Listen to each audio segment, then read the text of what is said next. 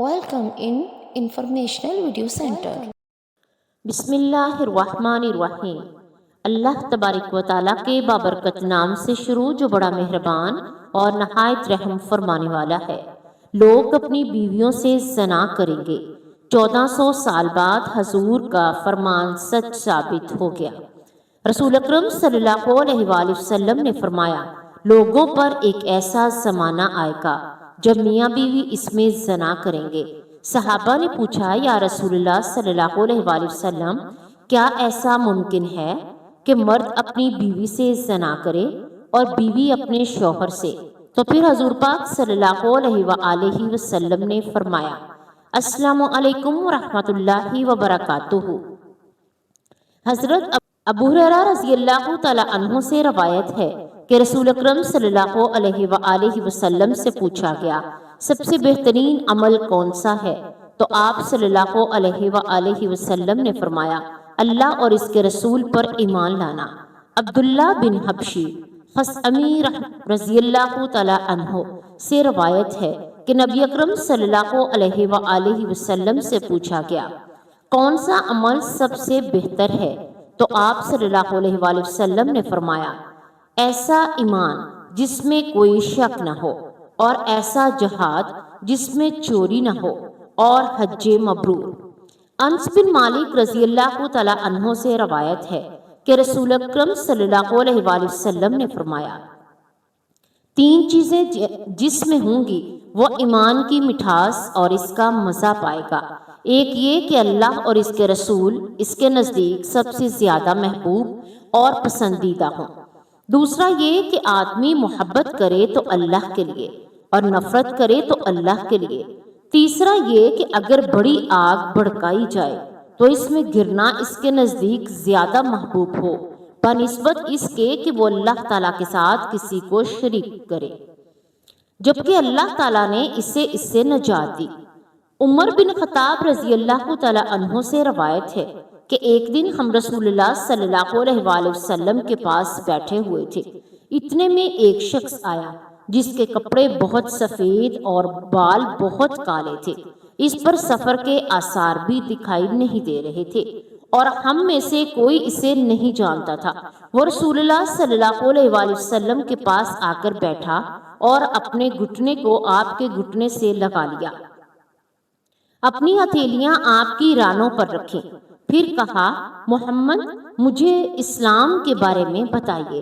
تو آپ صلی اللہ علیہ وآلہ وسلم نے فرمایا، گواہی دینا کہ اللہ کے سوا کوئی عبادت کے لائق نہیں، اور محمد صلی اللہ علیہ وآلہ وسلم اللہ کے رسول ہیں، اور نماز قائم کرنا، زکوٰۃ دینا، رمضان کے روزے رکھنا، اور اگر طاقت ہو تو بیت اللہ کا حج کرنا۔ وہ بولا، آپ نے سچ فرمایا۔ ہمیں اس پر تعجب ہوا کہ خود ہی آپ سے سوال کرتا ہے اور پھر خود ہی اس کی تصدیق بھی کرتا ہے۔ پھر بولا، مجھے ایمان کے بارے میں بتائیے۔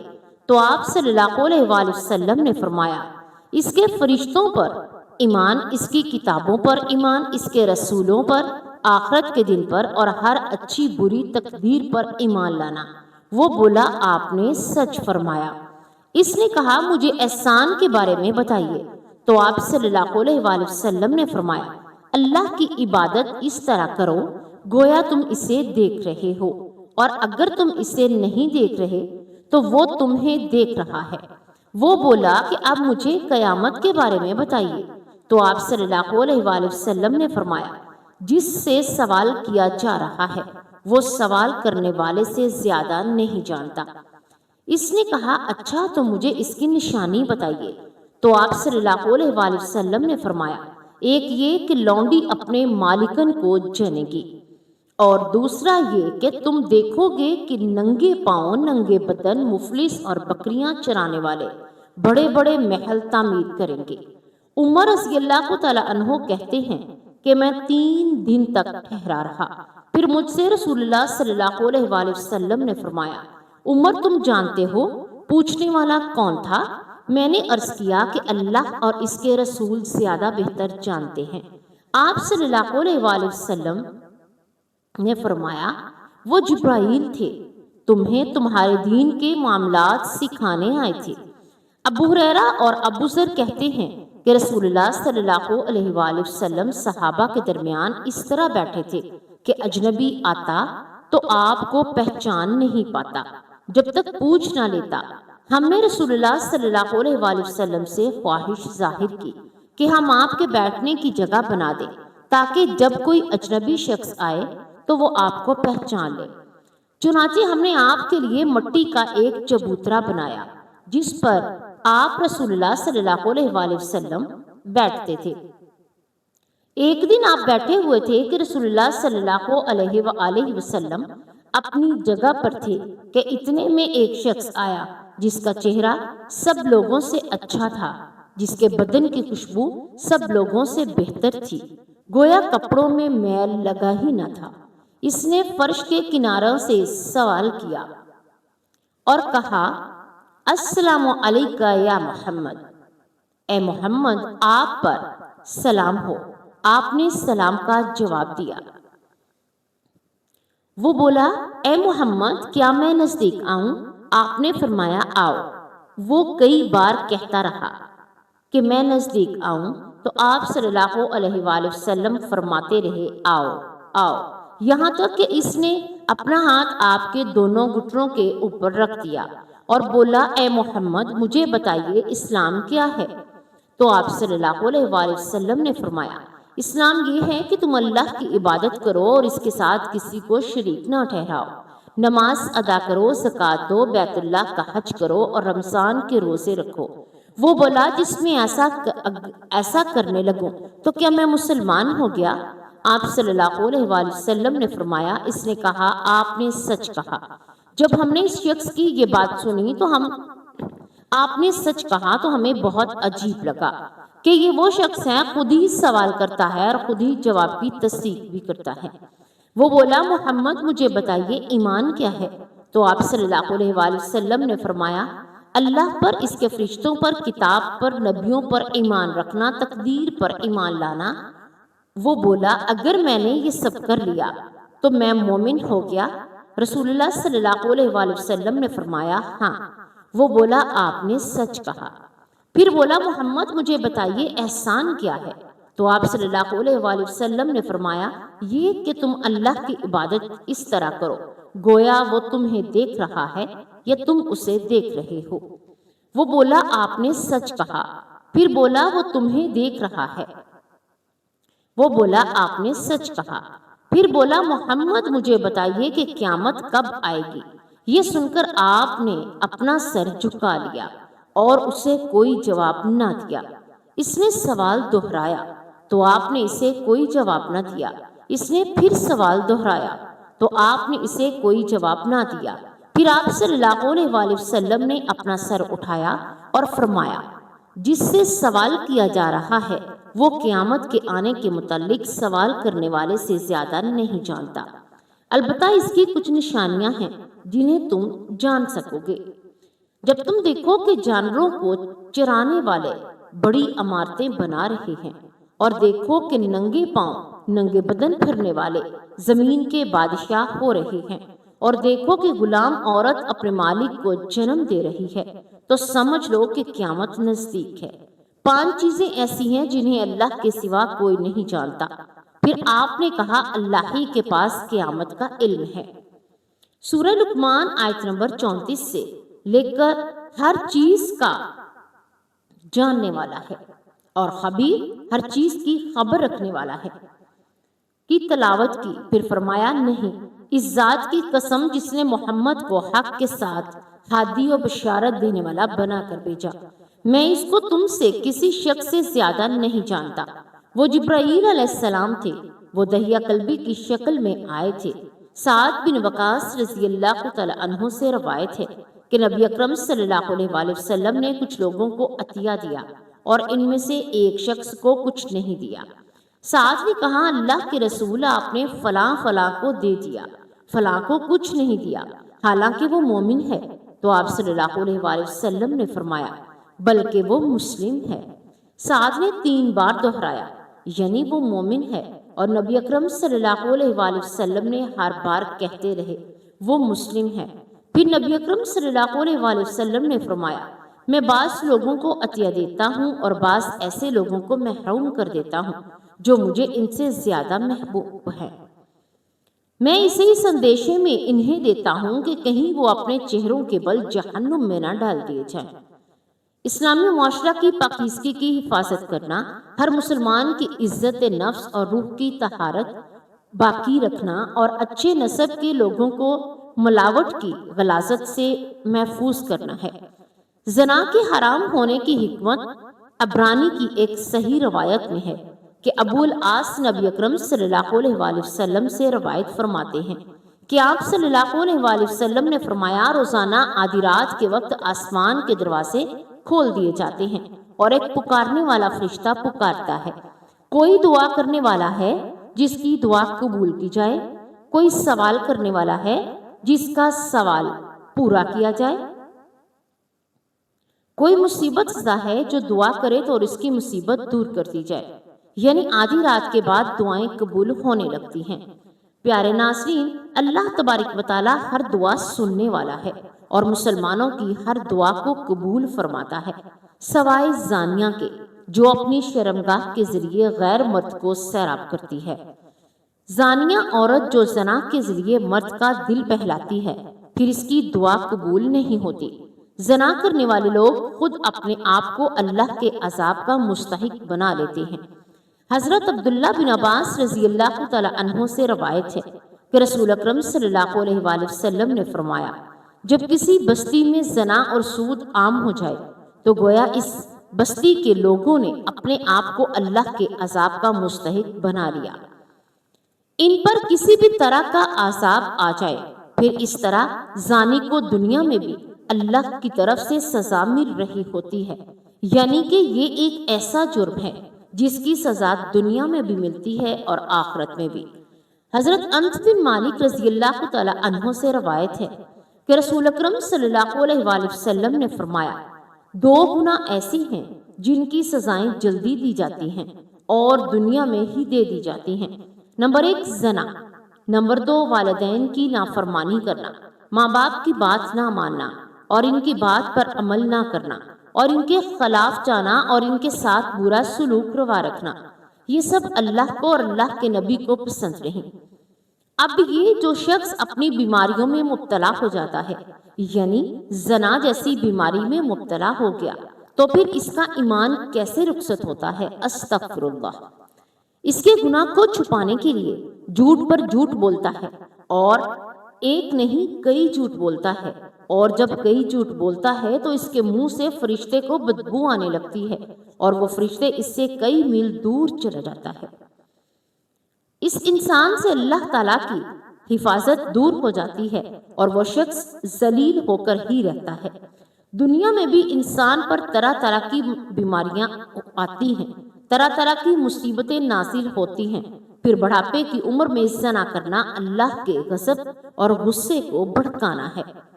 پھر اسی طرح جس بستی میں زنا عام ہو جائے وہاں موتیں بھی بہت زیادہ ہونے لگتی ہیں، موت کی کثرت ہو جاتی ہے، قتل کی کثرت ہو جاتی ہے۔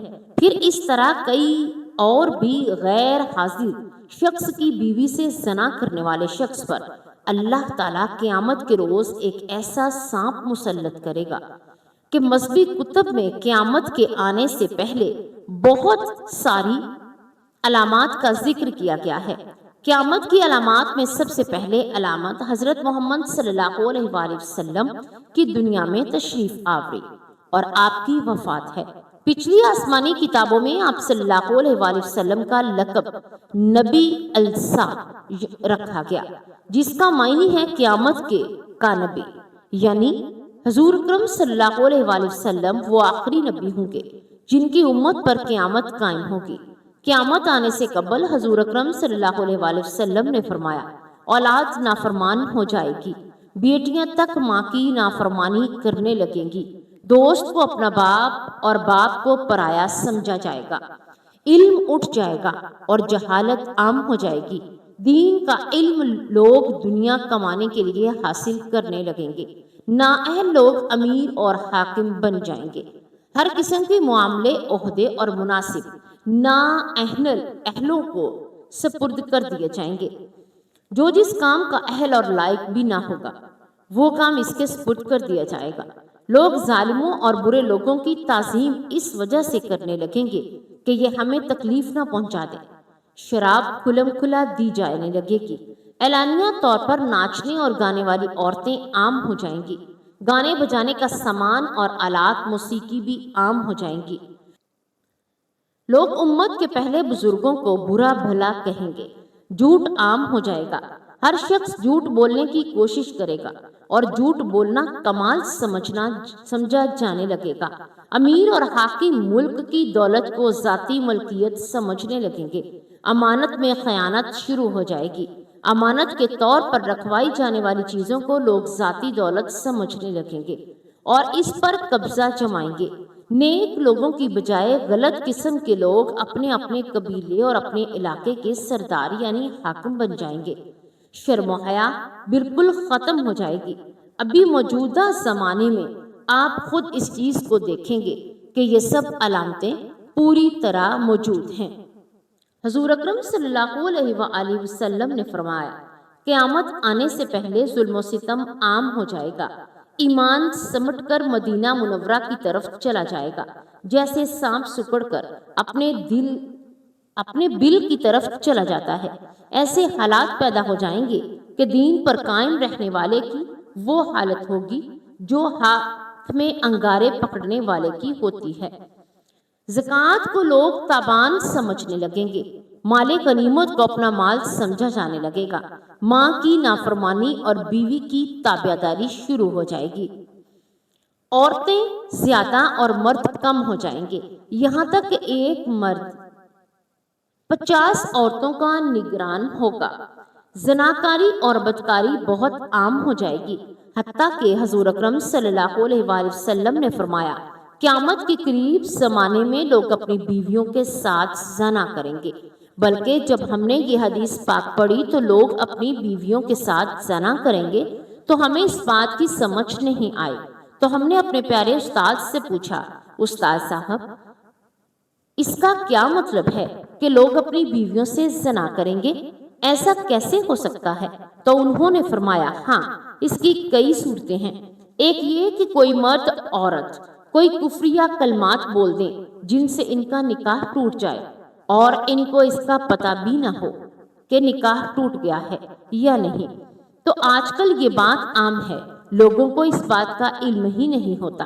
بلکہ قاری ثناء اللہ پانی پتی نے لکھا ہے کہ اگر دو بندے گفتگو کر رہے تھے، ایک نے کہا یہ تو شریعت کی بات ہے اور اگلے نے جواب دیا رکھ پرے شریعت کو، تو وہ آدمی کافر ہو گیا۔ ہمیں چاہیے کہ ہم علماء سے پوچھیں کہ کلماتی کفر کون کون سے ہیں۔ یہ تو ہم ایسے جملے بولیں یا کفر کا ارتکاب کر رہے ہوں، کئی جملے تو بہت سے عام ہیں، ان کا علم حاصل کرنا بہت زیادہ ضروری ہے۔ کہیں ہم تو اپنی گفتگو میں کوئی بات نہیں کہہ سکتے جس سے ہمارا نکاح ٹوٹ جائے۔ اگر نکاح ٹوٹ گیا تو پھر وہ میاں بیوی نہیں رہیں گے بلکہ وہ زنا کریں گے، گنہگار ہوں گے۔ تو فرمایا مرد قریب قیامت میں اپنی بیوی سے زنا کرے گا۔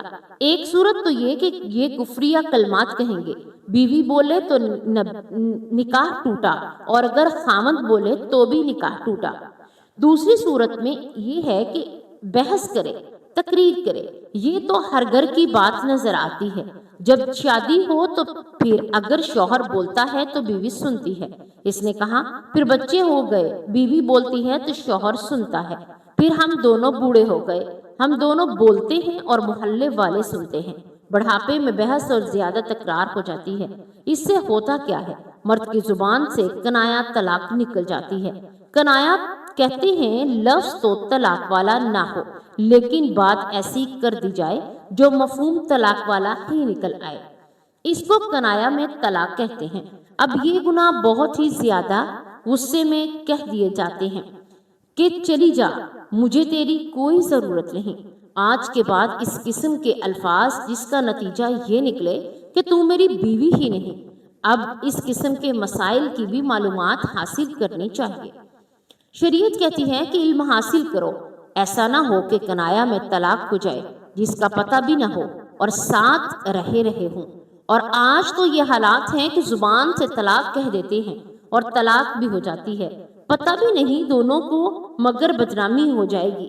اس ڈر سے میاں بیوی اکٹھے بن کے رہتے ہیں کہ ہم دونوں ایک دوسرے کے ساتھ ہیں، ہم الگ نہیں ہوئے، طلاق نہیں ہوئی، ایک گھر ایک کمرے میں تو رہتے ہیں، تو یہ زنا کر رہے ہیں۔ قربان جائیں سچے نبی حضرت محمد صلی اللہ علیہ وآلہ وسلم کی شان مبارک پر۔ آپ صلی اللہ علیہ وآلہ وسلم نے فرمایا، 1400 سال پہلے ہمیں اس بات سے آگاہ کیا تھا کہ قرب قیامت میں لوگ اپنی بیویوں سے زنا کریں گے۔ پیارے ناظرین، صحیح بخاری کی اس حدیث کے مطابق قرب قیامت کی ایک نشانی یہ بھی ہے کہ اقتدار غلط لوگوں کے ہاتھ میں دیا جائے گا۔ علماء کرام اس نشانی کے متعلق بھی کہتے ہیں کہ آج دنیا بھر کے ممالک کے حکمرانوں کی طرف دیکھیں تو صاف پتہ چلتا ہے کہ یہ نشانی بھی پوری ہو چکی ہے۔ صحیح بخاری میں ایک اور نشانی بتائی گئی کہ قیامت سے قبل لوگ بلند ترین عمارت بنانے کی کوشش کریں گے اور ایک دوسرے سے پر سبقت لے جانے والے ہوں گے۔ آج ہم دیکھتے ہیں کہ وہ دور شروع ہو چکا ہے۔ دنیا بھر میں بلند ترین عمارتیں کھڑی کی جا رہی ہیں، جس سے ملک میں سب سے زیادہ بلند ترین عمارت موجود ہے، وہاں کے حکمران اور شہری اسے فخر کا سبب قرار دیتے ہیں۔ ان جیسی دیگر نشانیوں کے متعلق بھی علماء کا کہنا ہے کہ وہ پوری ہو چکی ہیں اور اب امام مہدی کا ظہور اور قیامت قریب آ چکی ہے۔ اللہ کے رسول صلی اللہ علیہ وآلہ وسلم نے فرمایا، قیامت کی نشانی بتلاتے ہوئے کہ اونٹوں اور بکریوں کے چراغ ہیں جو برہنہ بدن اور ننگے پاؤں ہوں گے، وہ ایک دوسرے سے مقابلہ کرتے ہوئے لمبی لمبی عمارتیں بنوائیں گے اور فخر کریں گے کہ ریاض شہر میں عمارتوں کا یہ مقابلہ آج اپنے عروج پر پہنچ چکا ہے۔ دبئی میں برج خلیفہ کی عمارت دنیا کی بلند ترین اونچی عمارت بن گئی ہے، تو ساتھ ہی شہزادہ بن ولید طلال نے جدہ میں بھی اس سے بڑی عمارت بنانے کا اعلان کر دیا، جو دھڑا دھڑ بنتی چلی جا رہی ہے۔ عرب کی عمارتیں سارے جہان سے اونچی ہو چکی ہیں۔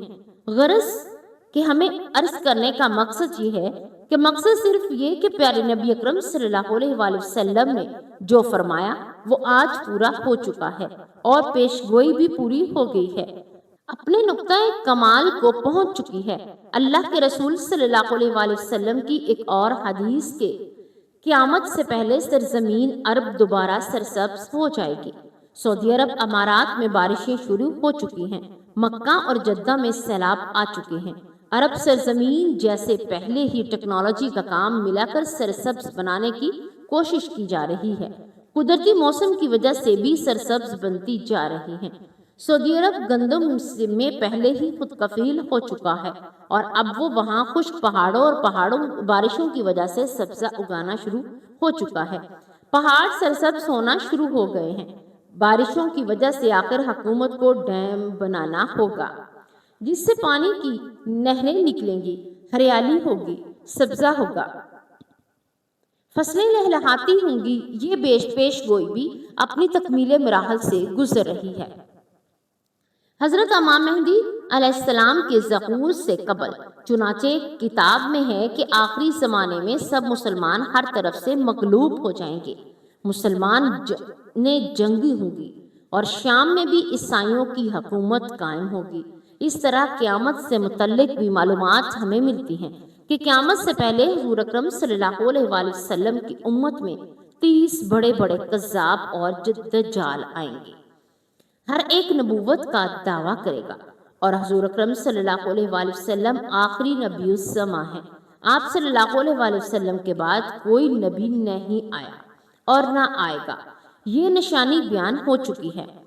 عراق کا مشہور دریا فرات سونے کا ایک پہاڑ ہے، یہ سونے کا ایک خزانہ ظاہر کرے گا جس پر لوگ لڑیں گے، چنانچہ اس لڑائی میں ہر 100 میں سے 99 قتل ہو جائیں گے۔ ممکن ہے کہ سونے کے پہاڑ یا سونے کے خزانے سے مراد عراق کا تیل ہو۔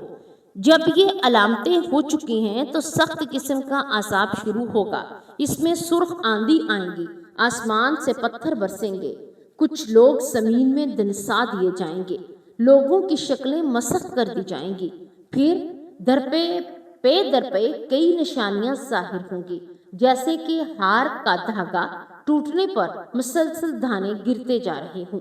زمانہ وقت کے گھوڑے کو پر لگائے جس تیزی کے ساتھ گزر رہا ہے، اس تیزی سے ہم نبی اکرم صلی اللہ علیہ وآلہ وسلم کی احادیث کی روشنی میں بتدریج قرب قیامت کی آمد کی طرف بڑھ رہے ہیں۔ کئی نشانیاں پوری ہو کر قیامت کے قریب ہونے کو واضح کر چکی ہیں اور اب کچھ علامات باقی رہ گئی ہیں۔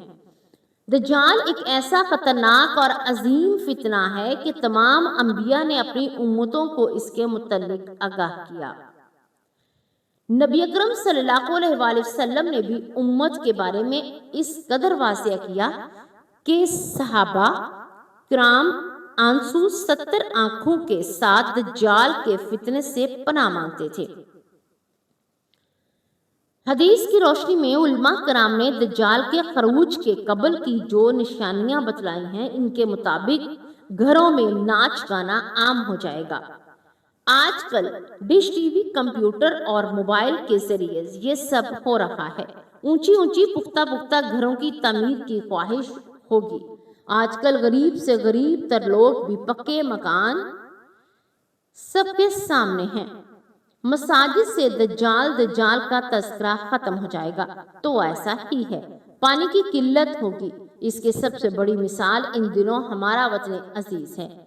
دجال کے بارے میں مختلف آراء ہوں گی، مگر قابل غور دلچسپ بات یہ ہے کہ قدرت کی جانب سے اس کو عطا کی گئی طاقتوں کے حوالے سے یہودی قوم بڑی تیزی کے ساتھ تجربات میں مصروف ہے۔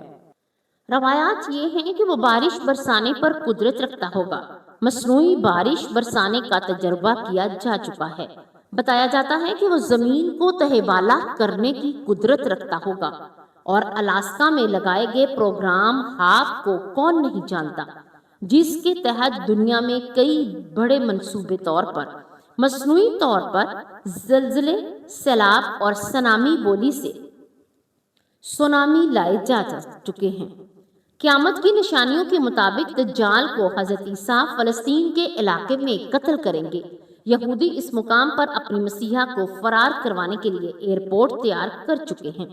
دنیا کا انتہائی تیز رفتار طیارہ موجود ہے، جس کے پر KFIR یعنی کافر درج ہے۔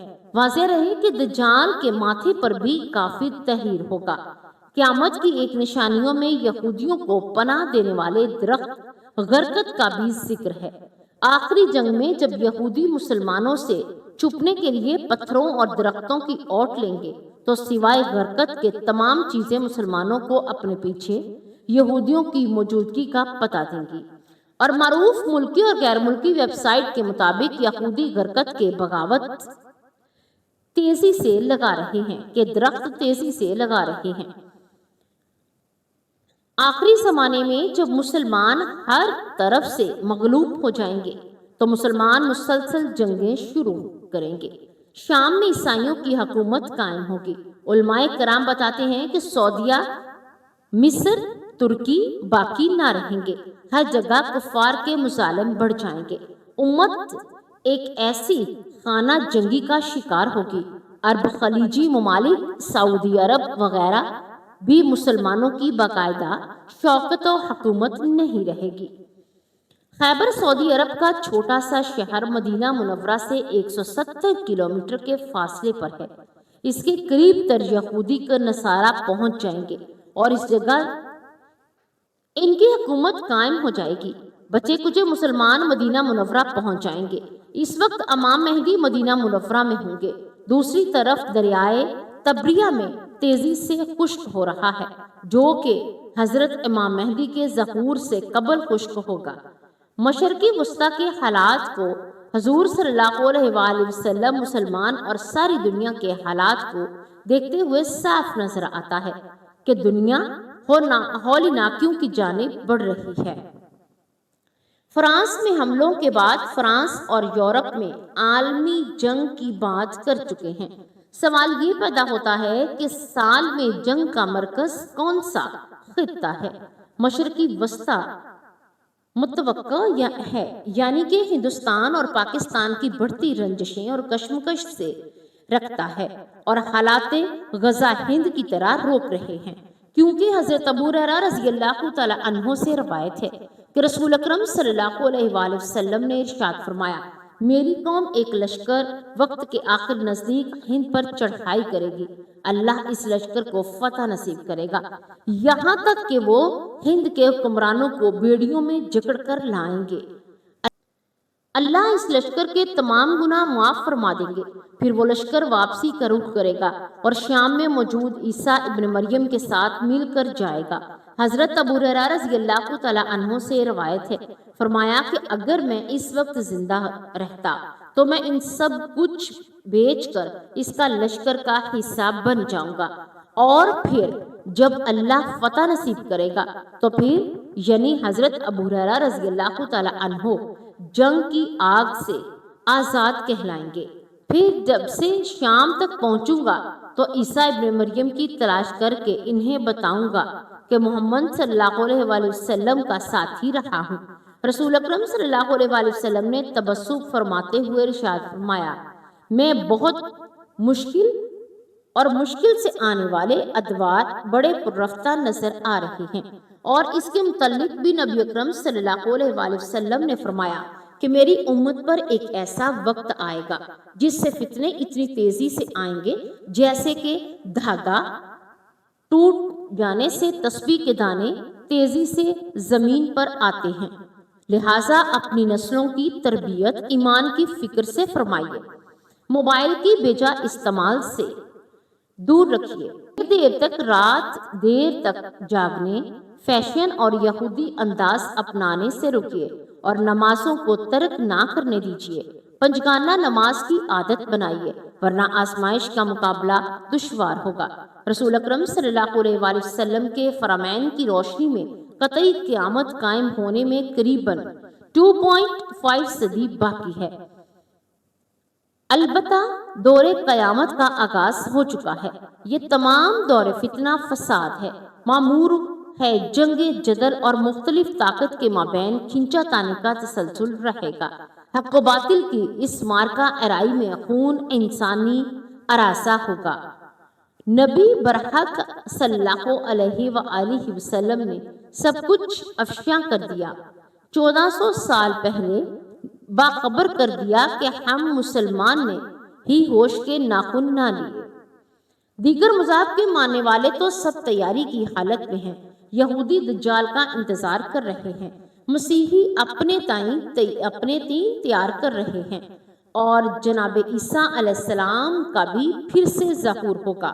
عصر کا وقت ہوگا، دمشق کی مسجد میں اموا میں لوگ نماز کی تیاری میں مصروف ہوں گے، اور مسجد کے مینار سے ہوتے ہوئے یوں صحن میں اتریں گے تو 2 فرشتوں کے کاندھوں پر ہاتھ لگائے ہوئے ہوں گے، تازہ وضو کیا ہوگا، پانی قطروں کی شکل میں ان کے بازوؤں سے ٹپک کر امام مہدی علیہ السلام کی امامت میں وہ نماز ادا کریں گے۔ ان کی تدبیر بہت سے مسیحی لوگ مسلمانوں کے ساتھ عاملے ہوں گے، یہاں تک کہ رسول اکرم صلی اللہ علیہ وآلہ وسلم فرماتے ہوئے کہا کہ یہ تمام کلمات پہ فکر کے مسلمانوں کا ایمان ہے، مگر ناظرین اکرام ذرا لیجئے، اللہ کے نبی اکرم صلی اللہ علیہ وآلہ وسلم نے فرمایا کہ میرا وہ بیٹا مہدی جس کی امامت میں جناب عیسیٰ علیہ السلام بلند مرتبت نوی نماز ادا کرنے پر فخر کریں گے، اس مہدی کے ظہور پر سب سے پہلے خود مسلمان ہی کا اپنے لشکر مخاصب پر زور دوڑے گا، اللہ کے حکم سے زمین بوس ہو جائے گی، مگر کلیجہ کٹ جاتا ہے یہ سن کر کہ مسلمان کو کبھی عقل سلیم عطا بھی ہوگی یا نہیں، یا ہم آل رسول سے دشمن ہی کرتے رہیں گے۔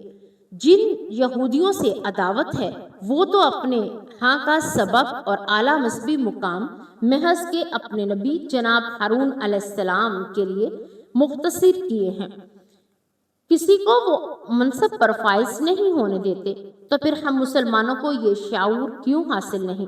جب ہمارے نبی اکرم صلی اللہ علیہ وآلہ وسلم کو آل پاک کے سرفرازیاں تو خود رب العزت نے عزت عطا فرمائی، اور بدنصیبی کہ ہم رسول اکرم صلی اللہ علیہ وآلہ وسلم کے فرامین سے کیوں دور ہے، کیوں روگردانی اختیار فرما رہے ہیں۔ اللہ رب العزت کے احکامات اور حکمتوں کو بھی عمل انکاری ہیں۔ اب کون ہی سمجھائے کہ فرمان نبوی اور احکامات الہی ہی سری خلاف ورزی آخر ہمیں کسی کام کا نہ چھوڑے گی۔ سمجھنے کا وقت ہے، ابھی بھی سمجھ جائیں، ہمیں ضرور سمجھنا ہوگا۔